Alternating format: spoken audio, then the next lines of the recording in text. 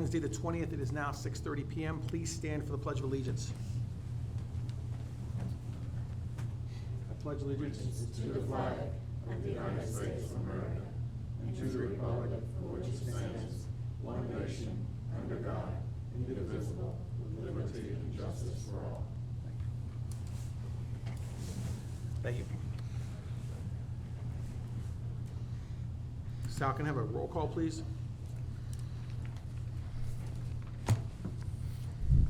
Chairman Sean Poole. Here. Member Bob Breedlove. Here. Member Phyllis Gray. Let the record show that Phyllis Gray is not present this evening. Member Lori Simpson. Here. Member Randy Stout. Here. Member Claudia Smith. Here. Member Thomas Brown.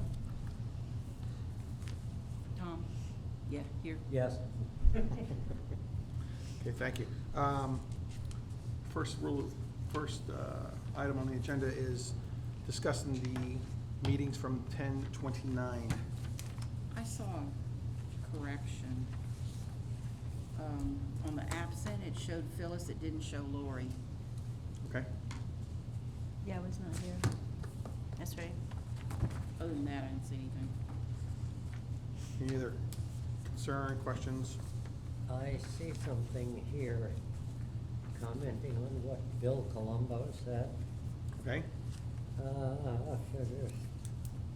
That's the area of Sunglow Avenue is residential, but all surrounding zone are zoned residential.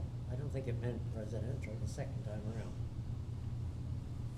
All surrounding are commercial, aren't they? Correct. No, I think surrounding is residential and Sunglow is commercial, isn't it? No, Sunglow's No. Oh, okay. residential. He's correct. That term should have been commercial. I'll make Should've been those commercial. changes. Okay. Good job. Any other questions? Bob? No. Do you have any motion regarding the minutes from the last meeting? I make a motion to approve the minutes. Motion. All in favor? Aye. Thank you. Okay. This evening's agenda, we have in front of us a request by 2RJ Investments for a future land use plan amendment. You have the floor, my friend. Actually, the presentation will be done by Tammy, this city planner, Okay. for this. Do we need to have everybody sworn in? Yeah, couldn't take care of a little bit first. Sal? Anybody who plans to speak, please stand. Tammy? Do you all hereby swear to the testimony that you'll give tonight is the truth, the whole truth, and nothing but the truth? Thank you very much. Then you have the floor. Okay, great. So it's gonna be a little clunky because I don't have my PowerPoint presentation, but what we're showing on the screen tonight is exactly what you have in your packet. We just wanted to make it available for members of the public so that they can follow along as well. Okay, so my name is Tammy Vrana, Vrana Consulting, in Safety Harbor, Florida. And just for a little bit of background, I am an urban planner. I've been practicing planning for about 33 years. And I have my own business, and I've been operating that for about 12 years. And I think I've been serving the city for probably the last 10 years. And then also, as a consultant in my earlier life, helped the city with their comp plan, the earlier one, and some other things back in probably the 90s, I guess it is. And I'm also a former resident of West Pasco County. So tonight we're looking at a small-scale future land use plan amendment to the city's comprehensive plan. And the request by the applicant is to amend the comprehensive plan future land use map to designate the subject parcels, which I'll describe later, from the residential future land use category to the commercial mixed use category. And that would be to accommodate two 10,000 square foot warehouses for a total of 20,000 square feet on those subject properties. Now, last meeting, I understand that you did look at the rezoning proposals for the sites. Typically, the comp plan stuff would come first, but we're gonna just catch up, and it's perfectly fine to do that, but typically you do that first. So, the site, the request involves 2 parcels, and those parcels together are combined 1.51 acres, or about 65,775 square feet. There's a lot 16, which has got 290 feet of linear footage on Sunglow Avenue and also 140 feet on Leo Kidd Avenue. It's a corner lot. And then lot 12 is an interior parcel but with about 180 feet of frontage on Sunglow Avenue. So the map shows the property in context. You can see the little yellow dot in the middle, shows where it is in relationship to the large part of the city. And this is the neighborhood view, so you can see the subject parcels located on Sunglow and also a portion of that on Leo Kidd Avenue.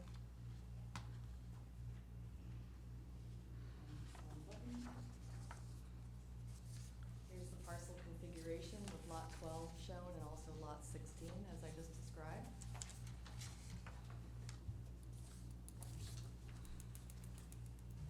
This is showing the parcels from a site development perspective. The property is, let's see where I got this now.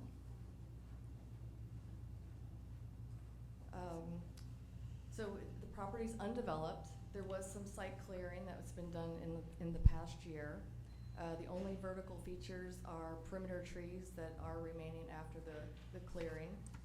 The National Wetlands Inventory indicates semi-permanently flooded wetlands immediately north of the subject property, that's outside of these parcels, and a permanently flooded polystrine wetland that exists immediately west of the parcels, also outside the parcel.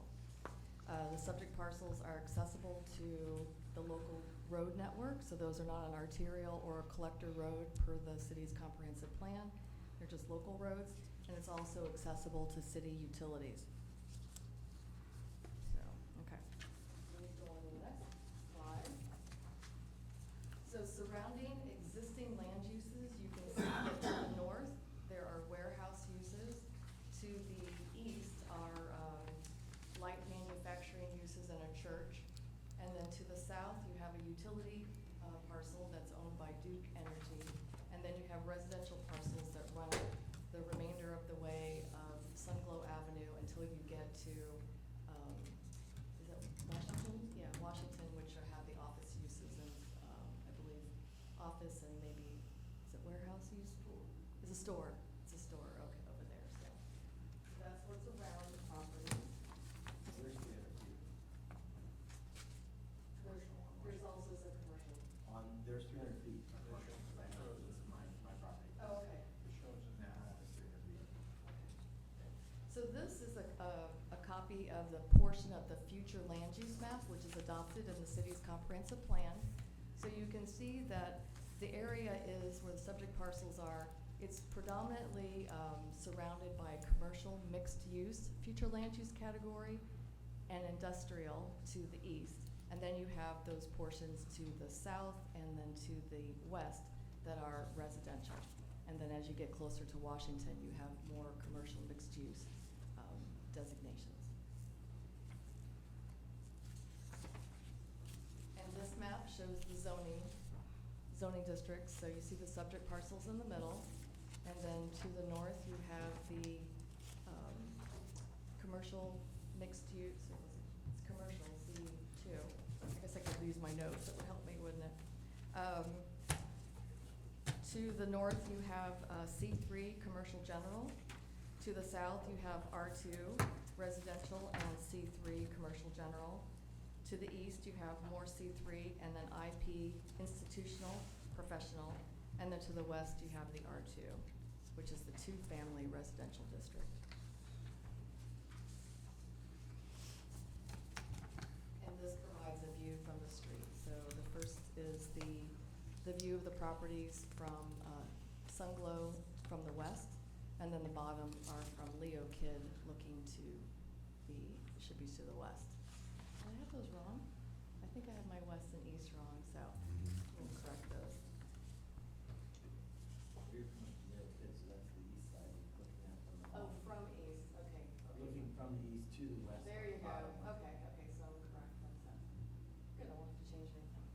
So let me go ahead and go So part of our analysis were to look at the appropriateness of the future land use designations.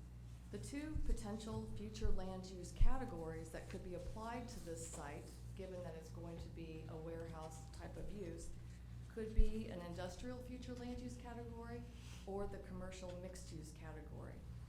So it could fit under each one of those. The industrial future land use category is probably more applicable. However, the amount of square footage of commercial that you could put on an industrial use is very low. That's something I noticed in looking at your comprehensive plan and what's typical in other cities' comprehensive plan. This would not accommodate the applicant's request to do 20,000 square feet of office just by a smidgen.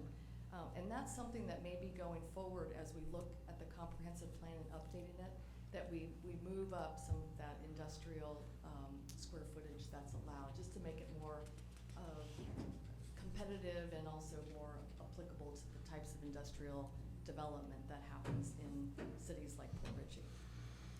So the commercial future land use category does have, it does indicate that it's more of a mixed use nature. It also directs uses that would be on more of an arterial or collector road. But it still does allow those types of light industrial manufacturing, processing, and assembling of goods uses.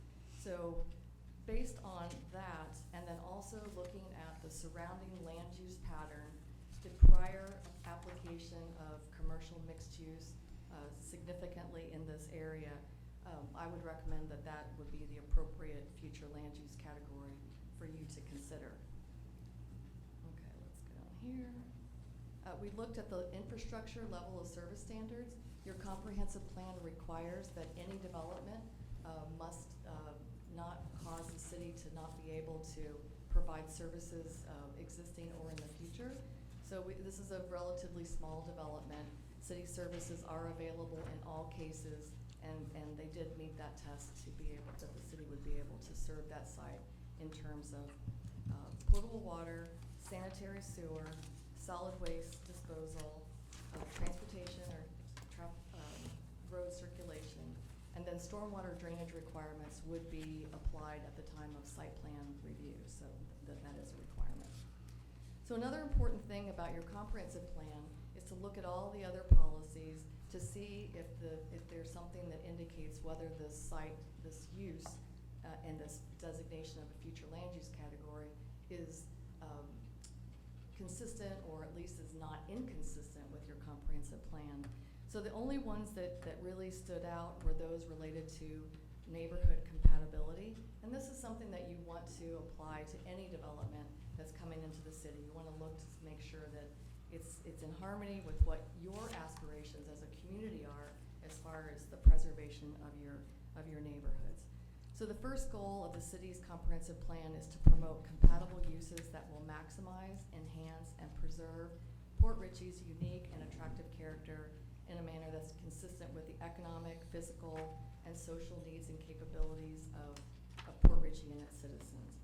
So you want to make sure that your land uses are compatible, that they actually contribute to the neighborhood and don't detract from their value. In this particular case, I think that because of the site plan process that we will be going through, the applicant will be going through once he gets through these processes of the comp plan amendment and the zoning, that we can use these policies to ensure that the site plan is designed in a way that contributes to the neighborhood and does not impact the neighborhood. And we feel that based on the site plan provisions, also just looking at the care of the properties that in the area that are owned by the applicant, that this would be of value, a contribution to the surrounding area. So with that, and I'll answer any questions that you have, of course, but what you have your board motion, there's a little bit of a script that you can go by if you want to. But your action tonight would be to either approve with changes, or deny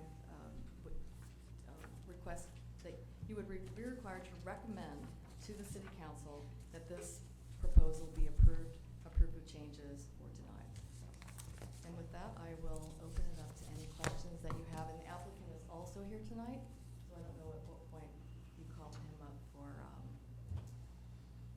It's up to.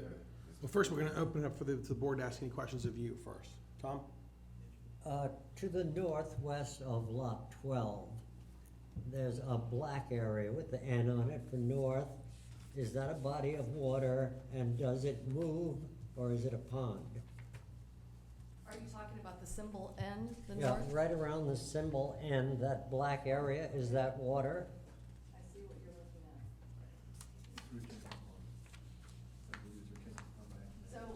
So I can tell you that there, I believe right to the north, there is probably a drainage ditch, and then there's also a pond. But they do come up under the National Wetlands Inventory as wetlands. I guess at some point in the future, whenever ponds are put in, they start to grow hydric vegetation, and the soils also indicate wetlands. So they become wetlands, but they're really just drainage features. But the parcel It doesn't flow. It doesn't flow like a river. No, it doesn't. No, it does not. And they're not on the parcels. They're There we outside the Right. parcels. That drainage ditch to the north, that require any maintenance? Does Swift Mud involved with that at all, or?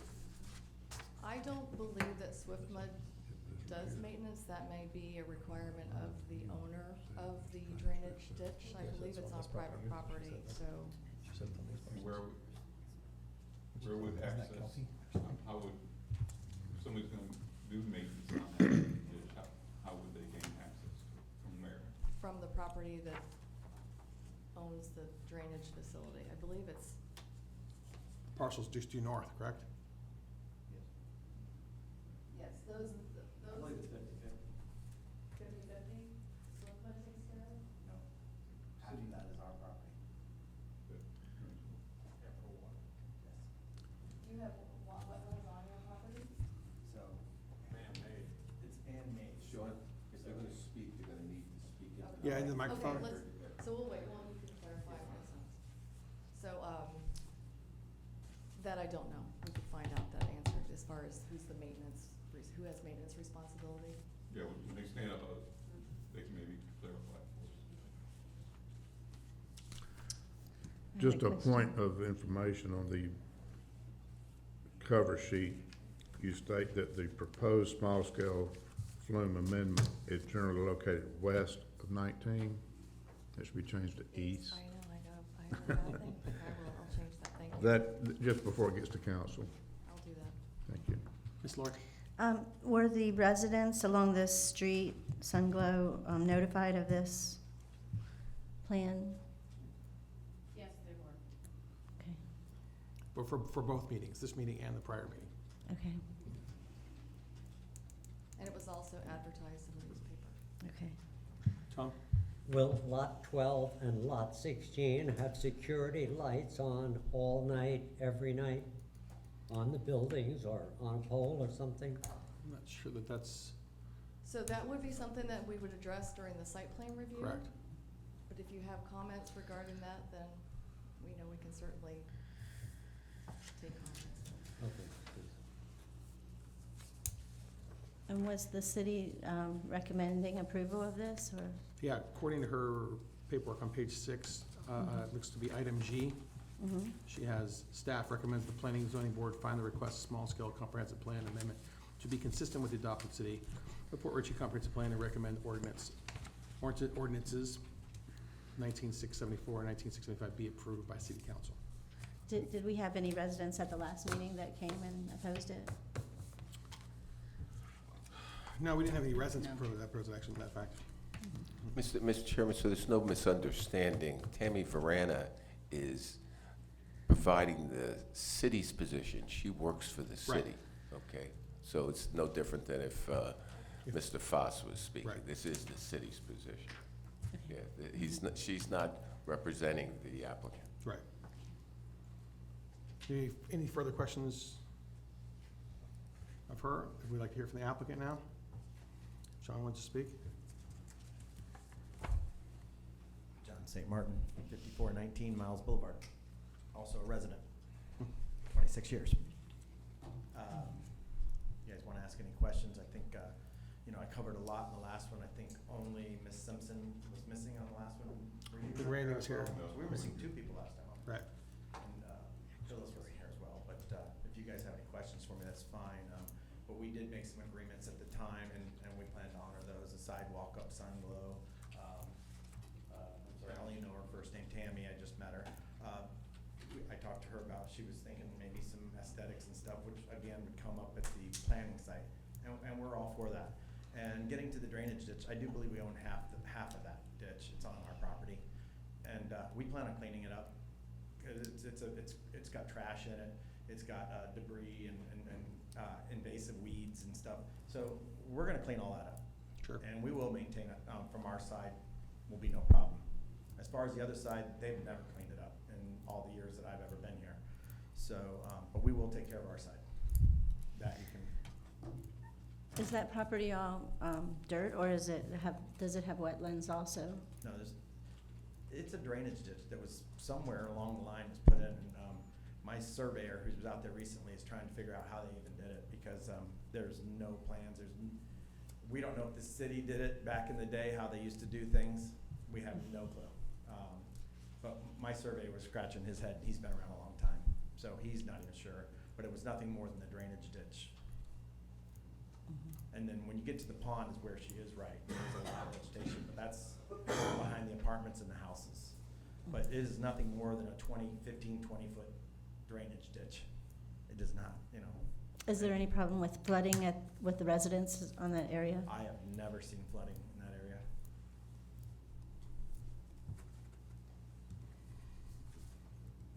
Any other questions? Okay. Just keep in mind, I mean, I reiterated it last time, and, my office is at the other end. I don't know if you know that. You two, I've spoken to them about it, but I'm completely at the other end, and I have already over 200 feet, 300 feet on the other side already on Sunglow. So all I'm doing is going from one end to the other end. That's air prompt, right? Yes, that's correct. So I'm already commercial on the other side. I just want to go to the other side because I've outgrown the building I'm in. So, just, been there 20 years. Got a couple rentals right there on Sunglow as well, two rental houses that are on Sunglow. So I'm highly vested in that area, and anything I do will be professional, and it'll be maintained, and it'll be nice. Just like my house, the lot I own across the street from my house. I mean, anybody that knows me, I take care of my stuff. Okay? Okay, Yeah. thank you. All right. Ms. Tamian? I want to ask a question about Sure. council here. Excuse me 1 second. Sure.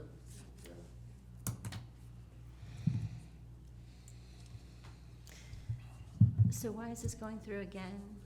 So the zoning was the part that was approved, suggested for approval from the board. Due to the way we've modified how we're supposed to do this, and it actually this should have come first, as she stated now. Now we have to also make a suggestion regarding the actual amendment to the future land use map. We used to, the old way we did it 10 years ago, it was always done together. But now we have to split in 2 separate meetings. Oh, I see. So this is why we're back here again. Yes, ma'am. Okay, so because the site plan, the process does not include this coming back to the planning and zoning board, and this gentleman had a question regarding lighting, I thought that it might be appropriate for you to, not that this would be conditional upon this future land use plan Sure. amendment, but if you have, as citizens of the city, if you have input as to what you'd like to see or not like to see, for instance, what is your concern about lighting? You want more lighting, less lighting? I think it would improve the neighborhood to have that lit up. So we can look at the street lighting and what the needs are. And of course, we would apply the code requirements, so we'd have to see how, what was required as a result of that, and also any lighting impacts on the community. So we will definitely Yes. take a look at that during the site plan process. Okay, Thank you. thank you. At this time, I'd open up to the public, if anyone from the public would like to speak. Yes, no? Okay, I'll close the public then. I'll bring it back to the board. Do we have any discussion, questions for either the applicant or the city themselves? Mr. Breedlove. Thank you. My question is more to the process that we are amending the future land use and not necessarily amending the subject parcels. That has already been heard and dealt with. noticing that the future land use surrounds this area with CMU, but there have already been some zonings that have occurred, particularly across the street from the subject parcels. There is a lot owned by Duke Energy that is currently zoned C3, though the future land use says residential. If you look at the future land use map, this whole area is residential except for two spots that are future land use of CMU. The word spot zoning having come up and negated, I think it's important that we look at the whole neighborhood as a whole, not as this subject parcel versus that subject parcel versus 16 other subject parcels. My question, more for the attorney and the planner, is whether we should be considering changing the future land use of the entire neighborhood so that any future rezone requests don't have to go through this again. Does that require public input? Ms. Brio, were you asking me? I'm asking either you or the planner. I'll comment on that. It's a great point. First of all, in the spot zoning, you might want to talk about how this is not spot zoning. This board heard this a year ago, and this is about as far from spot zoning as you can get. If you wanted to look at the entire area to make a plan, the Planning and Zoning Board has that authority to look at this at any time. And it's probably a great idea to look at the entire thing and convene. So you can actually, it's kind of like the cart's pushing the horse when you do it after the fact like this, Yeah, and that's your point. But that's the major thing that planning and zoning should always be doing. So the answer is yes, you could convene a meeting. Tammy Varan is an expert at this. She works for a couple other cities too, and look at those kind of things and see where you want to go with that. Because with this neighborhood's getting, I guess your point is this neighborhood's getting smaller. Do we want to make it go away in the future or make it bigger, right? Those kind of things. My point is, here we are discussing a selection of parcels, when really the point is the neighborhood. Right. And as the Planning and Zoning Board developing future land use plan, is this the meeting we can address the neighborhood? This wouldn't, you're not going to be able to vote today on changing the direction of the neighborhood. Tammy, you might want to explain what the process would be, how to do that. Yeah, in other words, if you sat down and wanted to change the neighborhood or the direction of the neighborhood, you'd have to have a meeting. So we have advertised this meeting, the public notice for the meeting specifically points to those two parcels. Right. We could, incorporate the rest of it, but it would have to have another meeting, which it can be done. And also, I'd like to remind you that the Planning and Zoning Board sits as the local planning agency, and so you all are really, in the statute, the Planning and Zoning Board as a local planning agency writes the comprehensive plan. So it's something that, if you had ideas on how the comprehensive plan should be changed, such as what you're talking about, or in other ways, that's certainly something perhaps we could do a workshop and talk about the comp plan more comprehensively too. If there are other areas of the city that you think are in need of changes or extra attention, that's certainly something that we could arrange. And or verify what we already have and how it's supposed to move forward. I'd like to avoid these contentious meetings. Right. I'm only smiling because And I say if you're that, able to do that. I say that because here we have a situation of businessman, local, long-term resident, wanting to improve himself and his business, and he's gone through these meetings for over a year now to accomplish what could have easily been accomplished by just looking at the overall neighborhood first. And it is glaringly obvious that this is a island, a residential in the middle of commercial mixed use.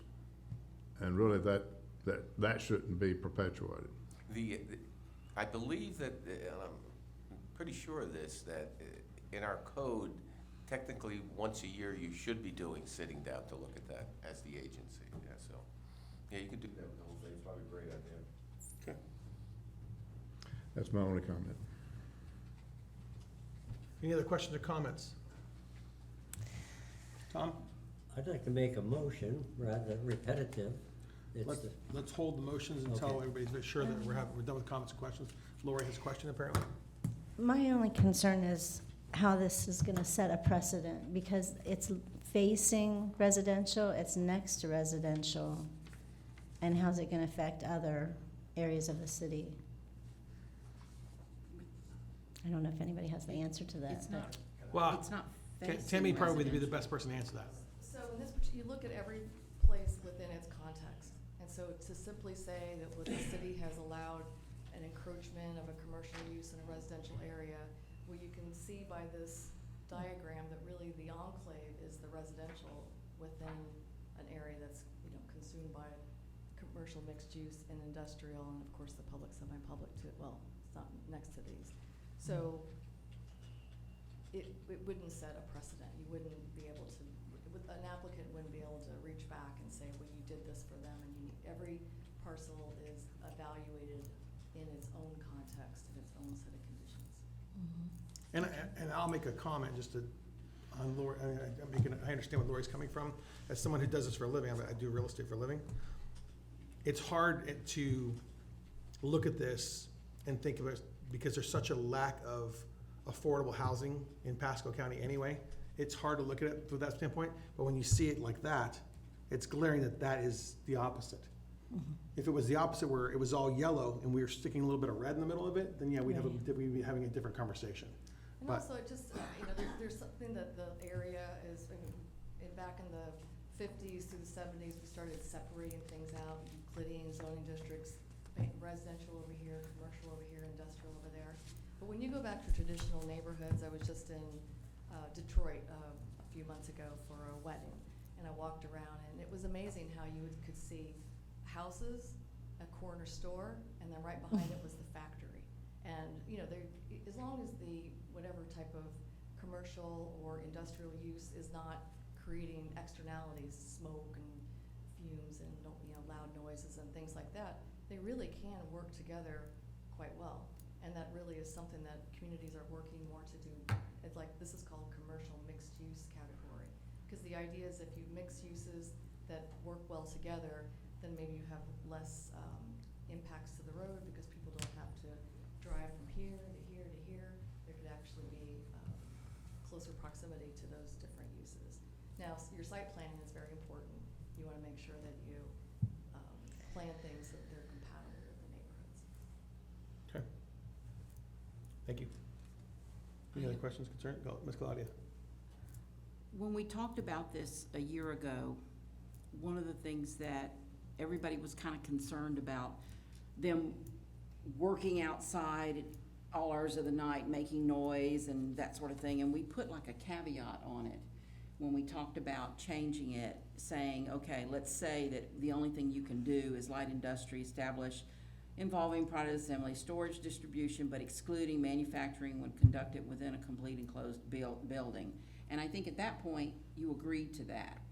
Absolutely. And so I think, my only thing is, there are neighbors and there are children, and I don't wanna dismiss that. But I also have to look at this gentleman and go, longtime resident, longtime business owner, and when I look at that map, I'm sorry, to me, that's commercial, that someone has stuck residential in it. So I would like to see, if we vote for the C3, that we put that little caveat where in the future, if he decides to sell it, that we've got this little caveat there that doesn't bring someone in there that's doing assemblies at midnight or making noise that is disturbing to that neighborhood. Other than that, that's really, I don't think you can do that, though, can you? Well, we already had the, You can't do we can't do that, you can't do that now. because Not this. oh, we can't do it That was now? your last meeting. That was our last meeting. Oh, Which is when you set the expectations then Okay. about sidewalks, et cetera, which he Okay. agreed to do, Okay, fencing, darn. et cetera. Can I address that? Absolutely. If you look around and you drive up and down the street, any of the commercial buildings that are in the city, nobody's there. It's a ghost town. Right. Nobody does it now, nobody's gonna do it then, and it's not gonna be a problem. You just don't see it. especially in commercial. The only places that really technically can do it is industrial, light industrial. I don't think commercial has the right to do that anyways, because it's not a factory, it's not something that where people are open 24 hours, so I think you're protected anyways. Am I wrong? And we don't have the industrial zoning anyway. We already said C3. Yeah. It's C3, it's not, Yeah. it's not Absolutely. industrial. You can't so be. Correct. The industrial's across the street. Again, you don't, the only ones you see them on is like on Sugar, there's a couple factories over there, some big players over there, and I don't even think they're out there at night, so. Okay. So to answer that question, in your comprehensive plan, the definition for commercial mixed-use category, the last part of it says the general range of land uses permitted in the commercial mixed-use land use category include commercial uses, office uses, residential uses, hotels, motels, educational facilities, and compatible light manufacturing, processing, and assembly of goods. So the compatible is where it would need to be compatible with the neighborhood that it's surrounding. Okay. And so if it's a site plan, and I don't know if you require, if there's a change of use, so if it goes from a warehouse use to an office, I don't know if that has to come before the city and have a change of use. That's something we could look into, is that if that trips a review. But otherwise, you would look at any changes to a site plan, and if it's not a compatible use that would be associated with that site plan, then it wouldn't be recommended for approval. Okay. Any other questions or discussion? Now, Mr. Tom, you were saying, I would like to hear Mr. Breedlove read the second paragraph on page 5. It's a motion he made prior, and I think it'd be a That- good time to read that paragraph again. That motion was for a different hearing, a different purpose. This is a Right. future land use meeting. This is not a rezoning meeting. yeah, we've already moved on from that one, Tom. Oh, the one with the sidewalk and all that stuff. Right, and that was already, the applicant's already agreed to that. Okay. So, and of course, the building department will ensure that that happens when they go through site planning. So, but they will follow that to the letter of law, yes. Yeah, this meeting really is not about how he's gonna use his property. It's about whether the future land use of the area is gonna allow the zoning to occur. Correct. And to make sure we're not doing something outside of that. All right, do you have any other questions, concerns, motions? Well, perhaps I could make a motion to approve the request by 2RJ Investments for rezoning the No. 2 parcels which are shown on page 26. Well, we've already done that part, Tom, we've already approved that motion. So that one's already done, that was last meeting. So this meeting is regarding if you look on page 6 of the thing she gave you, Yeah? that's the suggested example of motion there. I think he's in the wrong one here, show him this, Claudia.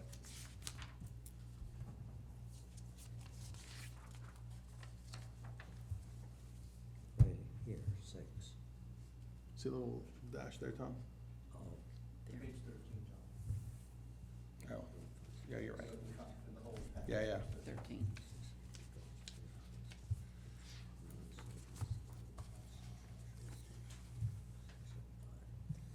You like that one better? okay. That's, Okay, that's the one we're ready for a motion? Sure, absolutely. That's the one you can read. You can read that one if you wanna make if you wanna make that motion, you can make that motion, we'll move off of that one. I make a motion that the board finds the requested small-scale comprehensive plan amendment to be consistent with the goals, objectives, and policies of the comprehensive plan, and recommend the city council approve ordinance numbers 19674 and 19675. I second. Any other discussion? Hang on a second. Hold on. I had a slight clue, otherwise we haven't passed any ordinances here. These future ordinances or something? What do you, I'm not sure what you're Those reading. are the proposed ordinances. Proposed ordinances. Correct. It's a recommendation that council approve them when they have them. You don't like the verbiage? Approving an ordinance we haven't passed yet by number is slightly a problem. You wanna modify it? can they just approve the application of 2RJ Investments requested a change to the comprehensive plan to rezone 2 parcels in the Skyview subdivision from R2 to C3, since we use the same thing on our, or do you want to make it that it matches the U1 language? Right? Are we approving zoning or are we approving future No, land use? just future land use. what's kind of unique is in a small city, our future land use map follows our zoning exactly. There's no difference between the two. So shouldn't this be worded to be a future land use map be amended? Yeah, but, The reason that we have the ordinances in there is that those were advertised, those are just the title only. yeah. So, I guess that's what it is, so, I'm just. Want to do it that way, it's fine, yeah, I can just change it here for him to sign. Okay, that's Doesn't fine. make a difference. Okay. Just want to make sure that, Yeah, Because the ordinance title indicates what the request is, and that is to amend the future land use map from the. yeah, our future land use map is the same as our zoning map. Right, It's, right. You know. But there are different designations on each map. And I'd like to see this meeting and this purpose here is to But amend the isn't future 19 land use to, 19674 and 19675 comp plan related, those are comp plan titles, Page 13. right? Those are ordinance numbers. Well, I know, but in the advertisement, There was titles, Those are the titles. there was titles. but not numbers. There were numbers and titles. Okay, so these numbers are associated with a comp plan amendment, not a zoning amendment. Okay, well, that's fine, if they Okay. are, Yeah. Okay. fine. So I I didn't think- do the advertising, I haven't seen them, you know. So I think you're okay. They're just Is it- titles. okay. Yeah, Perfect. you can do it that way, fine. All right, go ahead. I'll go ahead. change it on here for you, make it simple. I second the Perfect. motion. Any other discussion or comments from the board? All in favor? Aye. Aye. All opposed? Any opposed? All right, I will entertain any other motions at this time. make a motion to adjourn. Do I have a second? I second. All in favor? Aye. Thank you. Thanks, everybody. I do agree, we have had that conversation in the past.